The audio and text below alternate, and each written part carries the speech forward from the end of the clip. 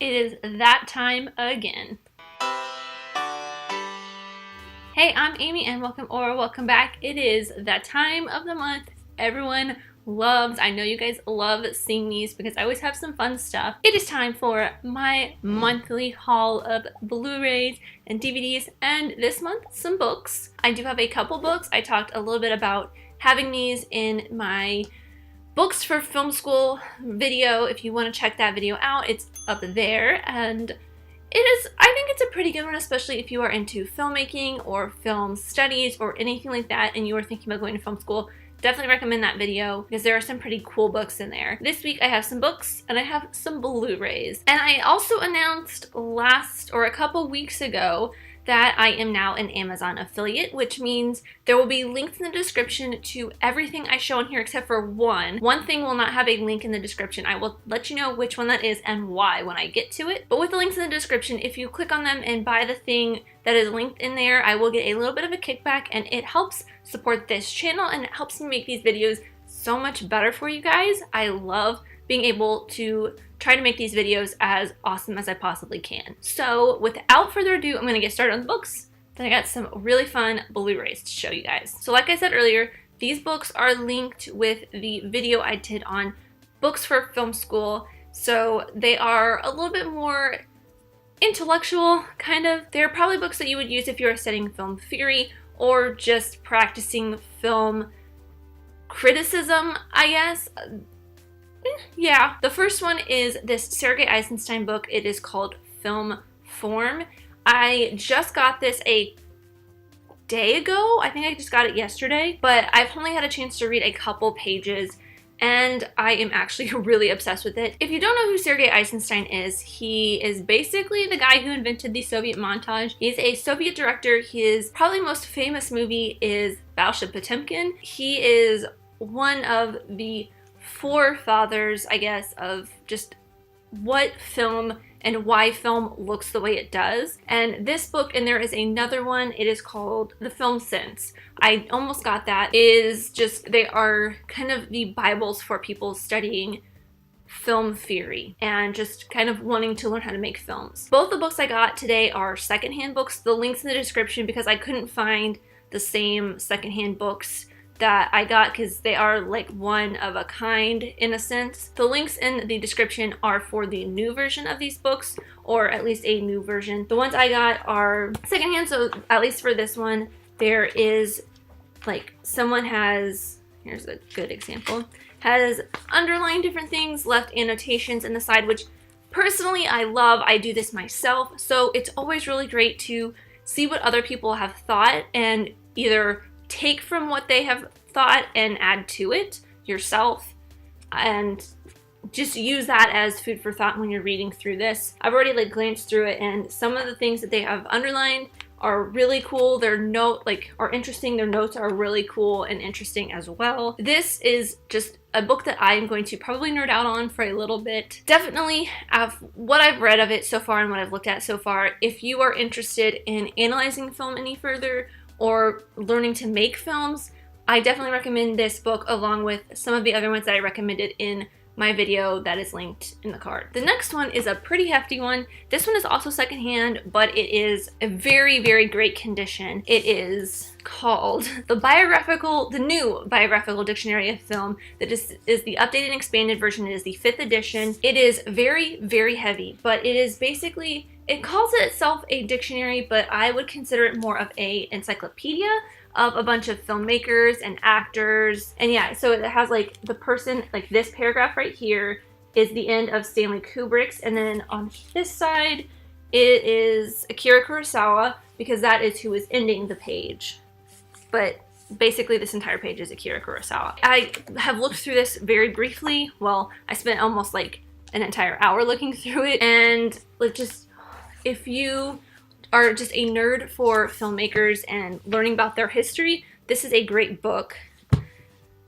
It's just really heavy holding it up. It is a great book. I really want them, I kind of wish it did more films and stuff instead of just people, but it is still great. It's not like a highly recommend, but I will probably use this as something for research to go along with my 1001 videos. So now for the Blu-rays, I have one that is not from work that I actually purchased, and the rest are from work. And of course, there will be links in the description for all of these. You can purchase them from Amazon. The first one will not be able to be purchased from Amazon because one, everybody who is watching this probably has already bought this movie, and two, the link that I found on Amazon didn't look the same as the one that I purchased, even though I searched pretty much exactly what it was, but I did buy the version that I have from Best Buy, so it might be a little bit different than what is on Amazon. So I decided, just might as well not put it in because everyone probably already has it anyways. And of course, it is Avengers Infinity War.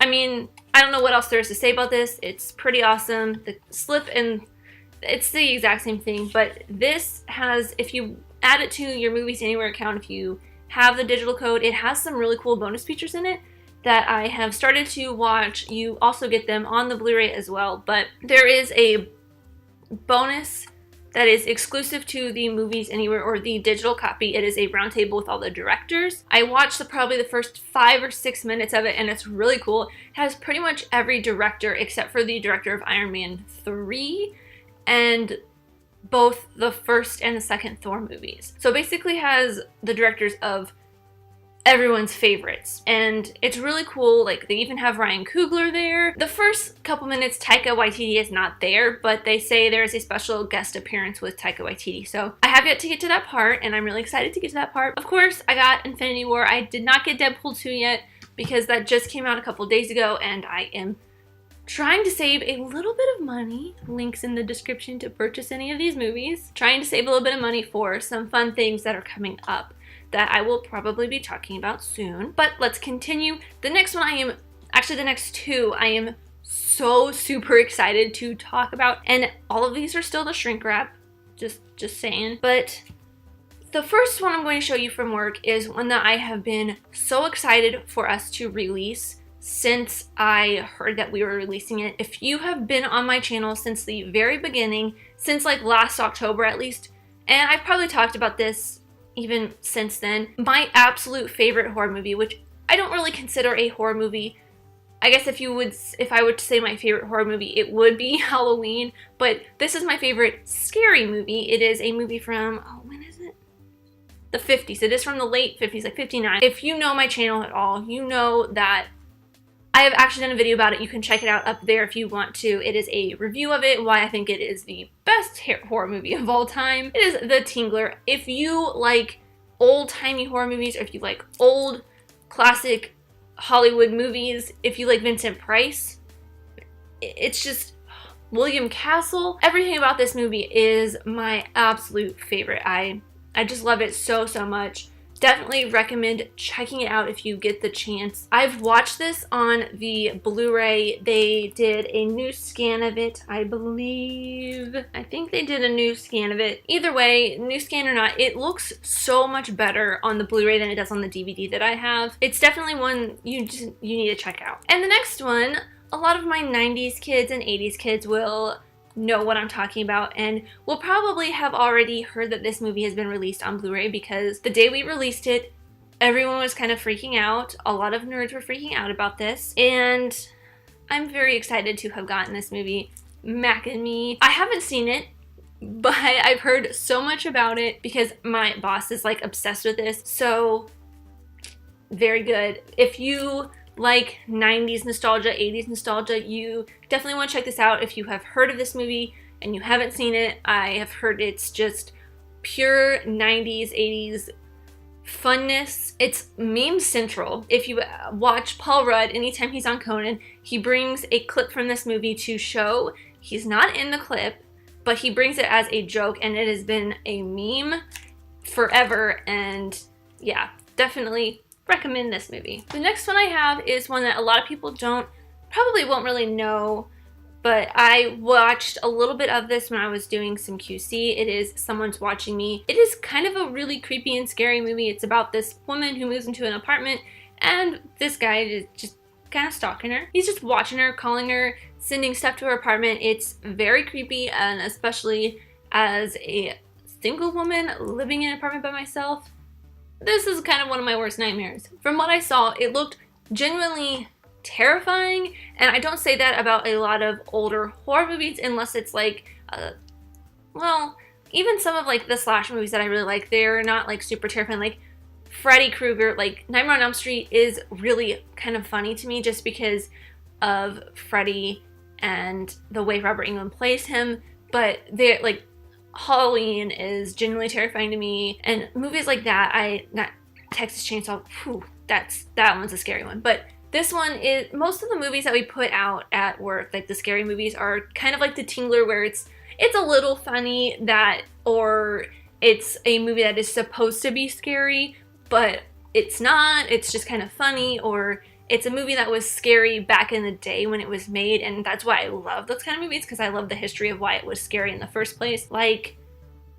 Freaks, it is a very old, I think it's like 1920s horror movie, is really good. The Tingler is another one that has a really great history of being scary and why it was scary. I could do a whole video on William Castle's movies, but this one just, it genuinely felt very scary to me, and I'm really excited to watch the thing in full. Next is kind of a classic. It is a Meryl Streep and Bruce Willis movie. If you know what I'm talking about, you will know that I'm talking about Death Becomes Her. This one I have not seen either. Actually, I don't think I've seen any of these except for one of them. And this one I have heard is so good. It's like a childhood favorite of a lot of people. I'm really excited to see this because, I mean, I can't say no to Meryl Streep. It still weirds me out seeing Bruce Willis with hair, so this will be a fun one for me to watch. The next one is one I am very excited to check out. It is a double feature, and I love the star of both of the films. It is Teen Wolf and Teen Wolf 2 with Michael J. Fox and Jason Bateman. I love them both.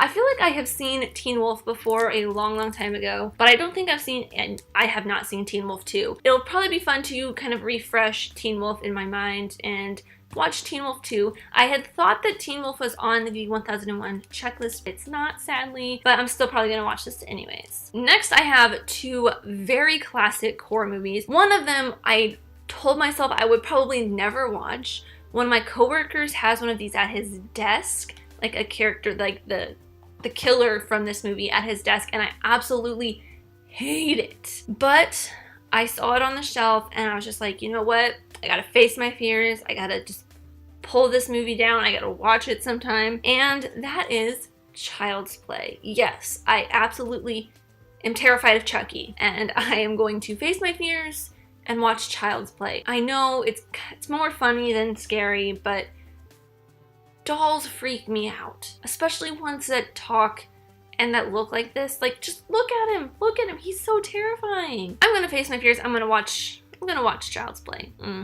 As much as I don't want to, I'm going to. The next is another horror classic that, because I don't watch a lot of horror, I haven't seen, of course. That is Carrie, the original Carrie. And you know what? This is another one that kind of terrified me, but I'm gonna face my fears and watch it. I have three more. The next one is one that I was very excited for it to come out, and that is Wild at Heart. I have not seen this one, of course, but it is a Nicolas Cage movie, and if you know me, you know I love Nick Cage. I love me some Nick Cage, and I love Laura Dern too. I'm really excited to see this. I think it has a reverse cover, but I didn't reverse it. Yeah.